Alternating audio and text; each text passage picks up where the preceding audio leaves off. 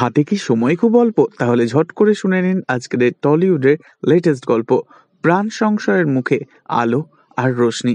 হ্যাঁ বন্ধুরা, আজকের এই টলিউডের লেটেস্ট আপডেটে দেখতে পাওয়া যায় শ্বশুর এবং শাশুড়ির নির্দেশে আলোকে সিংহরায় বাড়ির বাইরে একেবারে বের করে দিয়ে আলোর মুখের ওপর দরজা বন্ধ করে দেয় মেহুলি। অন্যদিকে দেখা যায় রোশনি নিজের ঘরের দরজা বন্ধ করে দিয়ে একা একা নিজেকে একেবারে শেষ করে দিয়ে মেঝেতে বেহুশ হয়ে পড়ে রয়েছে। এরপর বাড়ির সকলে রোশনির ঘরে ঢুকে রোশনিকে দেখা মাত্রই চমকে ওঠে।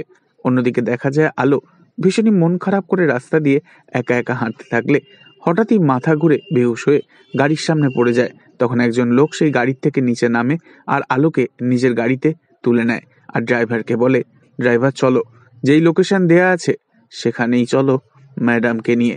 তবে কি আলো বিপথে চলে গেল? এই ছিল আজকের টলিউডের লেটেস্ট আপডেট। নেক্সট আপডেটের জন্য অবশ্যই সাবস্ক্রাইব করে রাখবেন।